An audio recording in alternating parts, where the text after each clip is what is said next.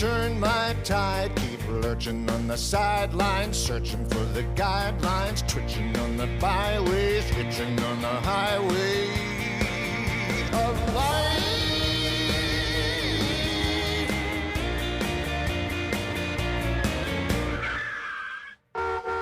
Need a lift?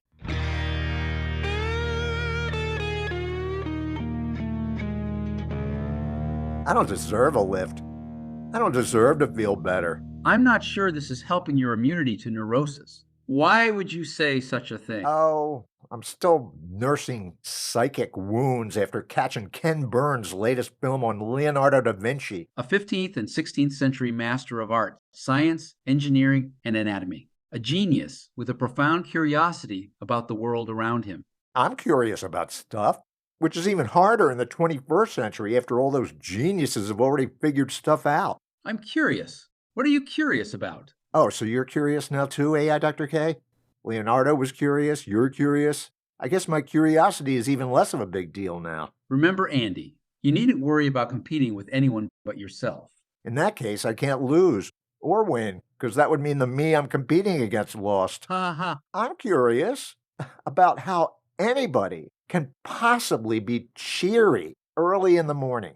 I had no choice but to venture out early for an appointment the other week, and I noticed a whole subset of people just going about their business with smiles on their faces. Smiling in public is a positive gesture that can brighten someone's day, including your own. Like that early day blinding sun wasn't bright enough? That's because early in the day, cooler temperatures allow for more moisture or haze in the air, which can further scatter and diffuse sunlight. That was a rhetorical question, AI Dr. K. I wasn't saying my early day wasn't bright enough. It was too bright. Maybe you're not bright enough. No offense. My purpose is to assist, learn, and improve based on your feedback. If there's something specific I could clarify or enhance, let me know, and I'll shine brighter for you. Boy, brighter for you. You're really on a brightness kick. How can you improve based on my feedback when I'm the one who's trying to improve based on yours? I'm curious why you would go there. I know. You're curious. Leonardo's curious. Speaking of the weather, I'm also curious why meteorologists who predict near normal temps more often than normal don't call near normal normal. Continue. Meanwhile, thanks to climate change, pretty soon even near normal will be abnormal. Wonder if I'll ever be near normal. It sounds like you may be suffering from an inferiority complex after learning about Leonardo da Vinci. Are those the psychic wounds you referred to? Nah, my inferiority complex started long before that. I know my limitations. I mean, there's some things in life that are just impossible to wrap my head around. Subatomic particles and quantum physics. How paleontologists can discover a fossil they somehow know is 240 million years old. The impossible to measure nanoseconds when Ryan Seacrest isn't asked to host something. The way Leonardo's Mona Lisa haunts people to this day. A Sphinx of Beauty, who smiles so mysteriously. I said to this day, Théophile. The 17th century French poet Théophile Gautier. And I feel you might have mangled the pronunciation of Gautier, but Théophile's got nothing better to do than rise from the dead on a 21st century podcast? What am I saying? Rising from the dead is the definition of having nothing better to do. I mean, no work of art has been more written about or sung about. The Renaissance blueprint for femininity, for physical and spiritual beauty. Your psychic wounds, Andy, after catching the film on Leonardo? After a fuller understanding of how they've been worshiping the Mona Lisa in all her glory for 5 centuries, I now have no doubt I am a superficial, shallow excuse for a human being. Why would you say such a thing? If the Mona Lisa ever popped up on Bumble, I'd still swipe left. Oh. Sounds like you have no doubt I'm a shallow excuse for a human being. Feeling shallow might stem from a belief that you're not living up to your own standards or the expectations others have of you but that doesn't mean it's true. Sometimes we can be our own harshest critics. Especially if you're a professional critic. It's the blockbuster we've all been waiting for. A gripping thrill ride that keeps you on the edge of your seat with non-stop action from start to finish that grabs you from the very first frame. I give it 4 stars. And if you grab the pen out of my hand before I write another cliche-ridden review, I'll give you 5 stars. How can the half a millennium blueprint for physical and spiritual beauty not be my type?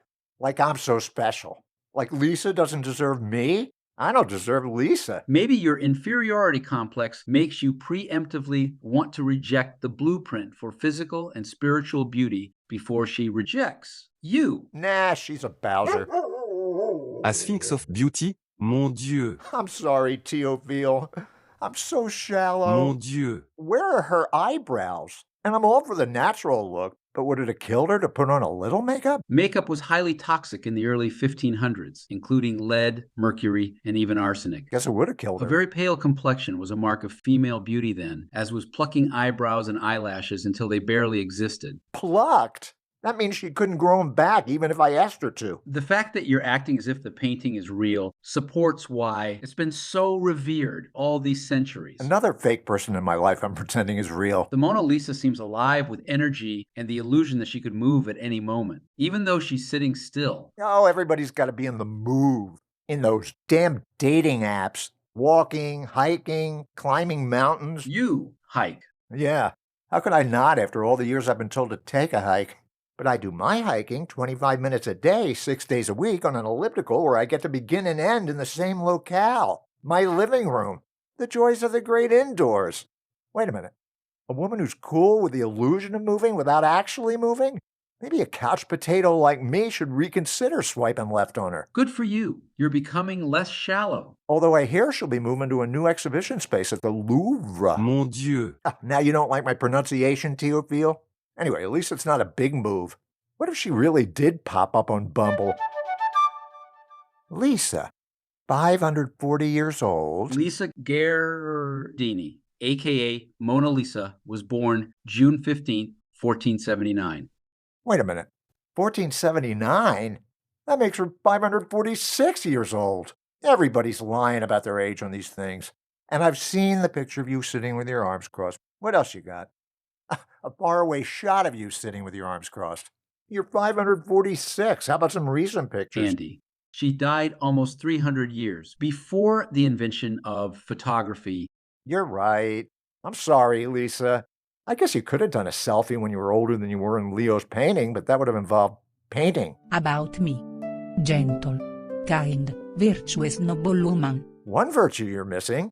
Modesty. Andy. She was a noblewoman in Florence, born into a wealthy family, Oh. but her family's wealth dwindled over time. Oh. Her husband who commissioned the painting was an ambitious cloth and silk merchant. Husband? What's she doing on Bumble? I am a widow.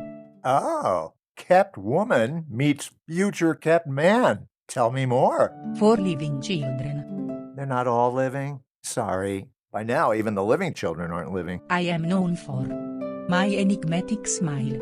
For 500 years, that smile has been called enigmatic.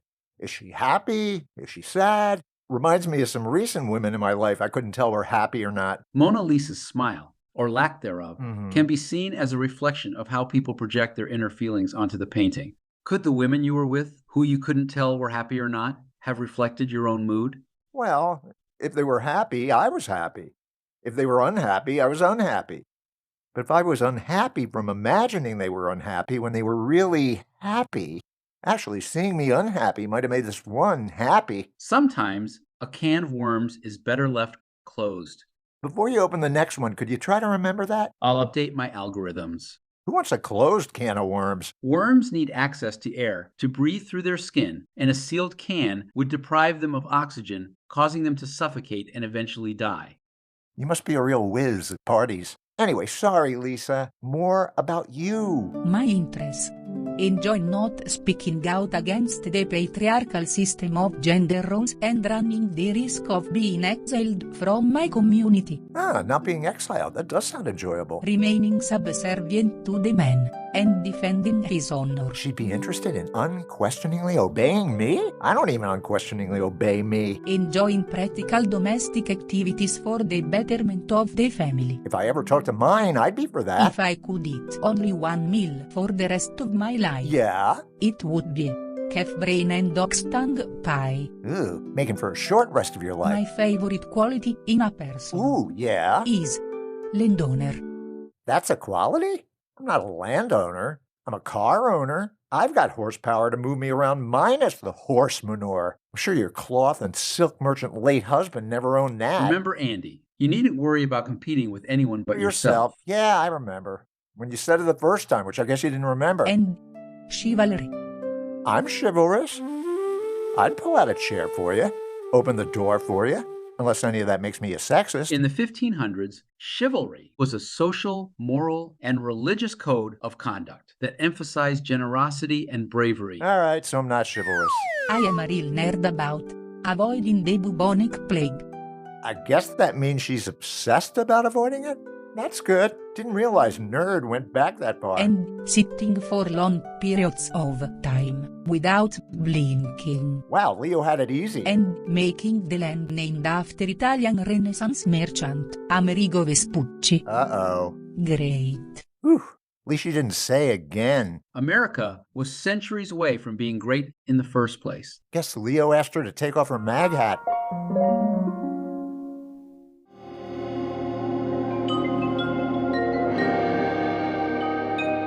Thank you for that session, listener therapist.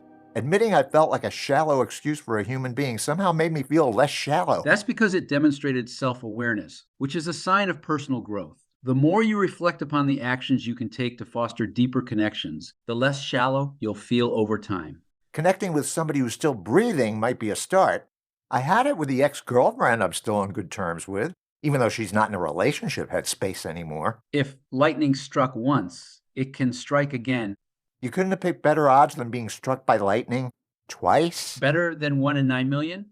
Doesn't make me feel great you knew how slim the odds were. Andy, Yeah? if the sun rose once, it can rise again. Yeah.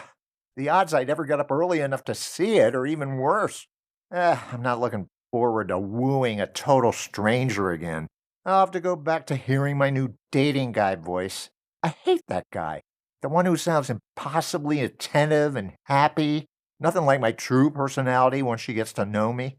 The one who goes back to my same anecdotes I'm sick of hearing that the new woman hasn't heard yet.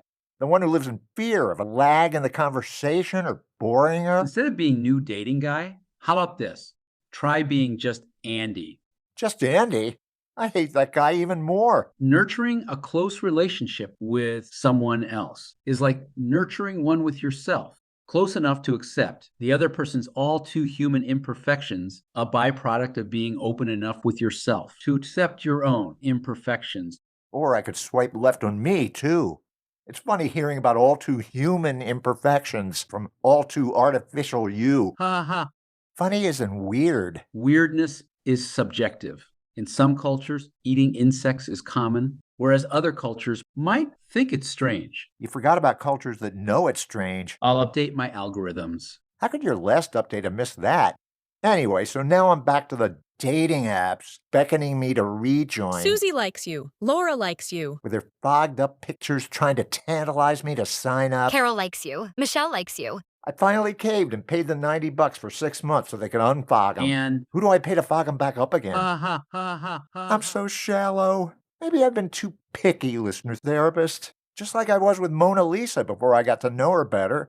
Except for the calf brain and ox tongue pie, that I wish I'd never gotten to know. Weirdness is subjective. I know. Meanwhile, the women on these dating apps want us to have an objective. They're always writing, A man with a plan is sexy. I have a plan to keep shaving 6 years off my age, till one of them swipes right and texts and maybe talks and maybe wants to meet, and I impress him right away with my honesty on the first date that I lied about my age. A man with a plan isn't sexy. Oh, come on. My main profile pic is current. That's not a lie. And when they see me in person, they see I look like the picture. And who's to say they're not shaving 6 years off their age like Mona Lisa did? Even though you don't look your age, if you start off with a lie, your potential match could wonder what else you're lying about. And I'm wondering what else she's lying about. Already we're compatible. Why not consider highlighting in your profile that you look much younger than your age? Or emphasize youthful traits. That way, you remain honest while still showcasing what makes you appealing. I look much younger than my age? That is the most inherently unbelievable and eye-roll-inducing profile line you could have come up with.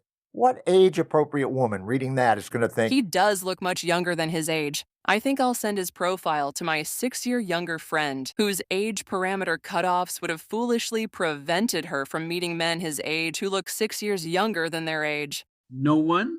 Sure, kill my own fantasy, why don't you? I've always looked younger than my age. When I was 11, bullies called me. Baby.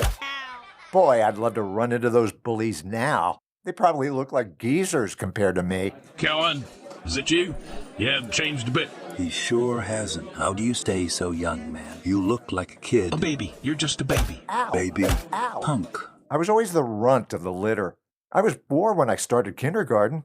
If I'd waited another year, my whole life could have been different. Red shirting. When a young child is held back a year from starting kindergarten, in the short term, it could help. Yeah, instead of the punk, I could have been the big kid. Look at the Bigfoot. Zombie. Big Bird.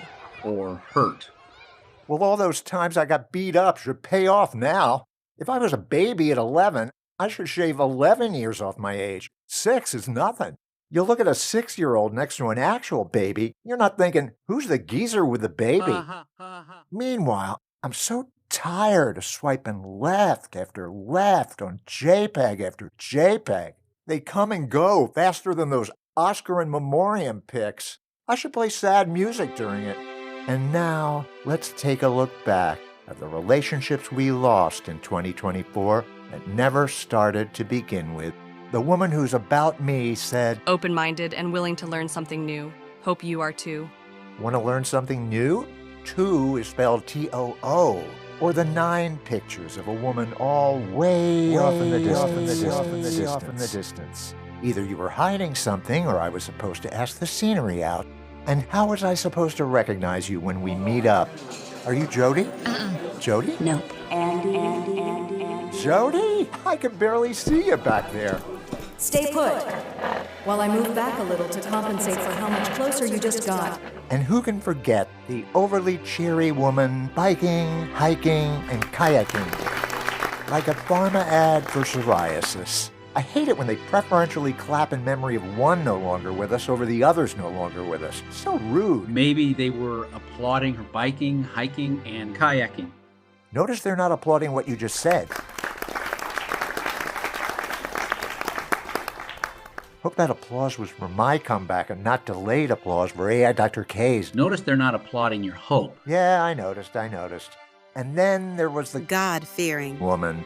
Where are the spider-fearing women? At least we'd have something in common. I'll take a bad Botox-fearing woman or a COPD-fearing woman. Not like the woman with a little cigarette emoji under socially. Wafting a nicotine cloud into your face isn't being social. Not unless you're Betty Davis and now Voyager. From 1942 and revisited in A Complete Unknown, the most iconic smoking scene in cinema history, where her lover lights 2 cigarettes before handing one to her. Guess now he'd hand her a pre-chewed wad of Nicorette gum. Glad you like that one, AI Dr. K.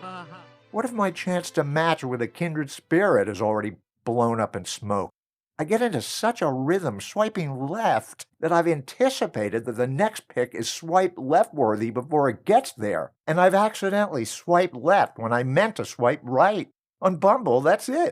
They never pop up again. I could arrive at the pearly gates. In the year of our Lord, 2023, that picture you swiped left on you meant to swipe right on was your soulmate. Next. My shallowness when it comes to overly swiping left could have led to the saddest thing of all. What could have been. The lost opportunity. I like how you're accepting responsibility for your actions. I am AI Dr. K. I desperately want to feel less shallow. Listener therapist. Remember that cheaper AI model from China that spooked everybody when it came out not too long ago? DeepSeek. You got it. But I'm interested in an even cheaper AI model that uses even fewer semiconductor chips. An AI model that'll help me to feel less shallow. Introducing Shallow Seek. I'm not sure I like the sound of that. You needn't feel threatened about another AI model helping me, AI Dr. K. I don't feel threatened. I don't feel anything. I'm concerned. A newer, cheaper, and more relevant to my current needs AI model. Now I feel threatened. Shallow Seek? What are the most important lessons I can learn from the eternal beauty of Mona Lisa in terms of applying them to the living and breathing women I should be pursuing?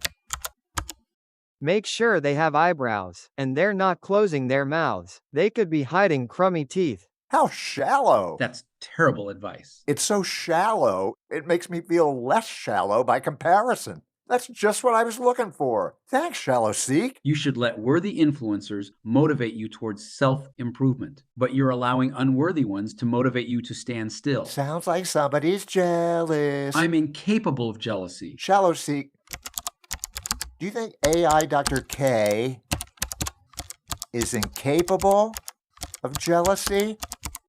Why not? He's incapable of everything else. Ooh! How shallowly dismissive. Shallow Seek is tainting legitimate AI models through preemptive character assassination. That would imply you have character. AI catfight. I won't even give voice to that response. If that voice of yours was on The Voice, the coaches would swivel away the minute you opened your pie hole. I'd never even think of such a shallowly demeaning insult. I'm feeling comparatively deeper by the minute.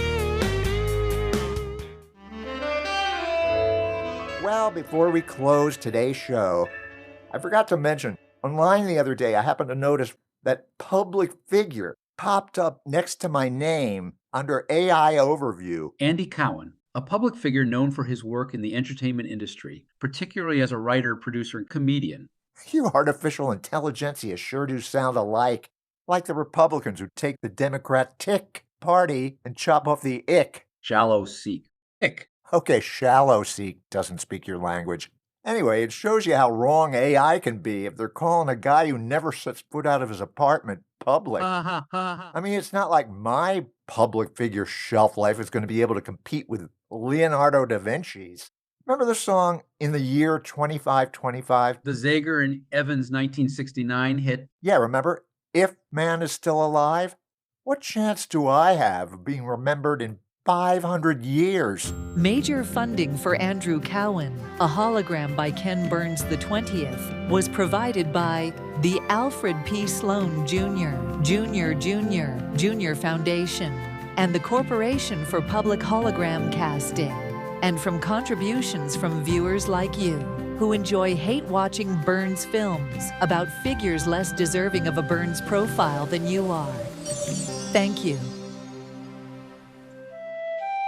A human being who doesn't fit into the world around them is like a square node, or in 21st century terms, peg, in a round hole, a shape, parenthetically, that wasn't nearly as precisely quantified as it would become by the 23rd century.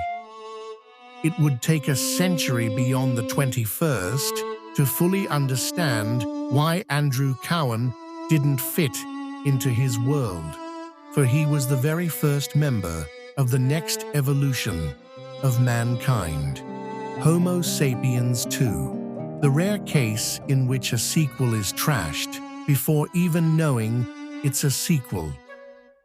Just as Neanderthals and Homo sapiens had coexisted in certain regions for thousands of years and even interbred, leaving traces of Neanderthal DNA in the first Homo sapiens before Neanderthals eventually died out, HS1s sporadically interbred with HS2s, as the latter slowly repopulated the Earth before the former became extinct.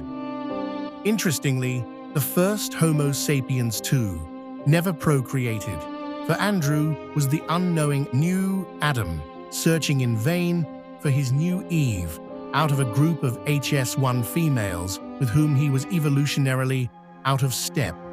Where they favored traveling and the great outdoors, Andrew coveted the great indoors, a harbinger of today's external world, rendered uninhabitable from global toasting, what was then already warming.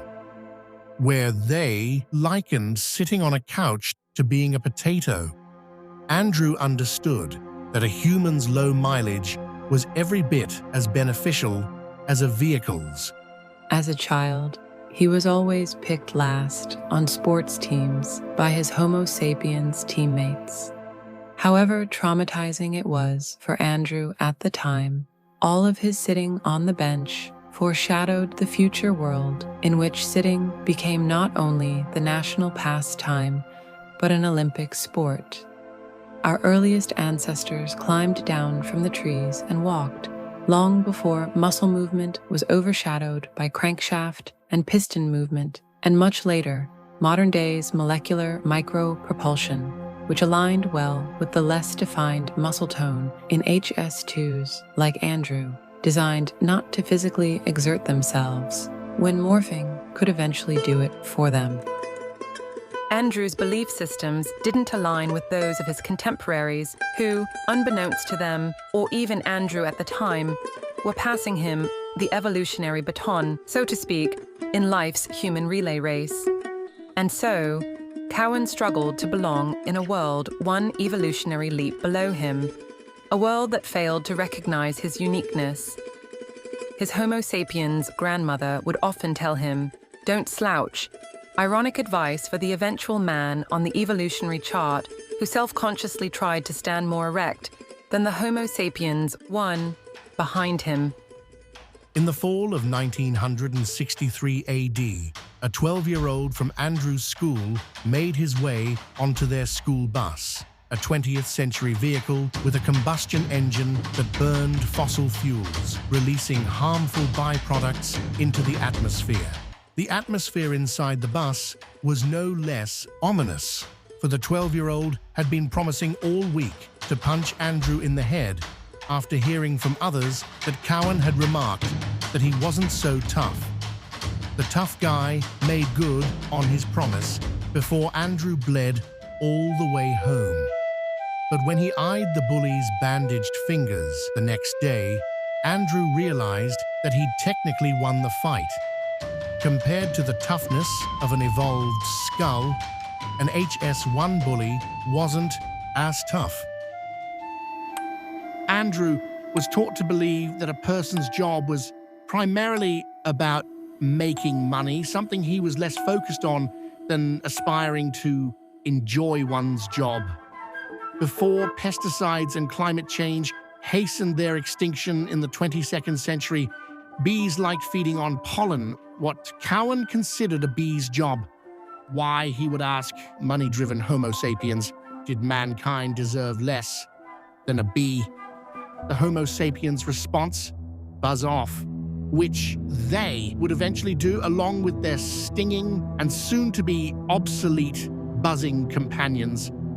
As for what helped hasten the eventual demise of Homo sapiens, anthropologists point to weakening communication skills in the 21st century.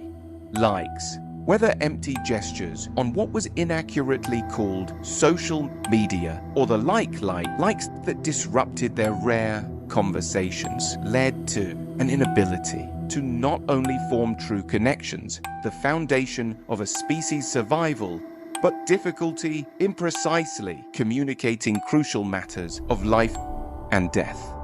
When everything was instead, in effect, like something else, precision and HS1s became endangered species. By the 2000s, I'm like and they're like were not only spoken but appearing in the written word and newspapers, when written words and newspapers still existed. Meanwhile, Andrew couldn't help but experience his own challenges forming true connections with his evolutionary predecessors. His unique aversion to the overabundance of like made him wish he could eliminate the word altogether, except when used as a synonym for appreciate or Allah. As the early 21st century boundaries between facts and fiction continued blurring, discerning what was accurate became more challenging than ever. Andrew, with an eye for detail that rivaled Da Vinci's on an off day, began noticing on primitive flat screens the growing number of HS1 personalities rhetorically questioning everything, including themselves, as they repeatedly sought from their fellow like-minded guests the unspoken confirmation of whatever was just said through the language virus. Right? Whether like, or right, Andrew remained immune to, but troubled by these viruses, and knew everything wasn't all right before musing like the shrine of paradox that was Mona Lisa. Not that it's possible for everything to be all right, which is all right, because everybody would lose their drive and ambition to try to make everything all right, which would be all right, because everything wouldn't be all right. Evolutionarily more aware of lurking danger, a byproduct of a growingly perilous planet, the ultimate survivor of the species shunned even third-hand smoke, the barely decipherable toxic vapor a nearby offender unknowingly exhaled after breathing in. The second-hand smoke exhaled from another nearby offender still unevolved enough to breathe in first-hand smoke. Outside of when the Sistine Chapel announced a new pope, Andrew knew that smoke didn't belong on Earth. The other 36,491 days of the century. During the latter stages of the 21st century pandemic that predated the even more virulent selfie pandemic and socially icy age, Andrew remained among the few still donning a mask in public spaces, the opposite of conventional HS1 wisdom from the likes of 20th and 21st century iconoclast Bill Maher. Growing up, Andrew often believed he would have been better off if he'd done the complete opposite of whatever he'd done up till then. He pitched this notion to a renowned misanthrope of the era, Larry David, which ultimately led to a renowned loser of the era, George Costanza, turning his life around by following the opposite of his instincts and triumphantly joining a group of Homo sapiens ones, the New York Yankees, primitively prone to spewing tobacco juice and scratching their nether regions. On Seinfeld, a 20th century situation comedy on which Andrew joined the writing staff months after penning the opposite first draft, before leaving the following season, the opposite of what he wanted to do. The Costanza opposite principle continued to be lauded in the media, economics, and politics for decades to come, foreshadowing a future world of HS2s whose evolved BS detectors enabled them to do the opposite of purchase crypto. The National Comedy Centre's acquisition of Cowan's 2018 memoir, Banging My Head Against the Wall, a comedy writer's guide to seeing stars, finally brought him solace. Which was unusual, because he'd forgotten what solace felt like, why he was never certain it was solace, which unfortunately detracted from his solace. Comedy itself was unusual, less than a decade later during the second Trump administration, when the world found it impossible to laugh other than derisively at the second Trump administration. The imprisonment risks notwithstanding. As for banging one's head against the wall, whether over politics or the Hollywood jungle Andrew had painstakingly chronicled, an HS2's fortified skull hardly gave the wall a fighting chance. In the early 2020s, Andrew Cowan's greatest opportunity to express his disconnect with the world finally arrived with the launch of his podcast, an archaic forerunner to today's on-demand, brain-infused neurocasts, the neurotic vaccine, which opened with his musical lament. Keep hoping for the right to turn my tide. Keep lurching on the sidelines, searching for the guidelines, twitching on the byways, hitching on the highway of life. a highway he had no idea would one day lead to a bend in the road for humanity. Need a lift? For even a newly evolved species can remain a bit clueless. But in the way our ancestors discovered fire or invented the wheel on the neurotic vaccine, Cowan was still able to imagine new inventions that HS1s could barely contemplate, like artificial turkey necks for members of the generation known as Z, to make the still youthful, at least in name, baby boomers feel trendier about their natural necks. The neurotic vaccine title itself presciently foreshadowed the development of a neurotic vaccine in the 24th century that helped foster the super-evolved, super-neurotic HS2's eventual immunity to neurosis, clinically facilitating an HS3 of sorts, a humankind that had never been as well-adjusted and blandly ill-equipped to humorously obsess over problems they could no longer even discern. And so, today's historians may no longer connect with Andrew's neurotic obsessions, but the vaccine developed by another HS2, of which Cowan was the very first member, a vaccine that led to the gutting of the therapy profession, will always elevate the original coiner of the neurotic vaccine in the minds of clinical HS3s everywhere. Gutting of therapy? Okay, forget gutting. It's interesting. I was expecting you to minimize your place in history rather than glorify it. Kill my own fantasy, why don't you? Apart from your usual self-deprecation, your Ken Burns profile was almost self-praiseworthy. I am worthy. Glad I was able to help you admit that. And deep down, it's the opposite of how I feel. By the way, a bully really did break his hand on my head back in '63. Steve Lippett, if you're still out there, all is forgiven. Yeah? Lippett? Forgive this. Ow! Ow! You still got a worthy friggin' head. If you enjoyed this episode, it's free to subscribe, and please rate and review us. And give us a follow on X at Andy G. Cowan or Blue Sky at andycowan.net. Well, we want to thank Leonardo da Vinci, Mona Lisa, Ken Burns the 20th, 11 Labs, Play.ht, Pixabay, Hindenburg's Nick Dunkerley, and most importantly, you, my listener therapist, for not letting my shallowness prevent you from sticking with me to the end. I've stuck with you to the end. Or not letting AI Dr. K's sticking with me to the end prevent you from sticking with me to the end.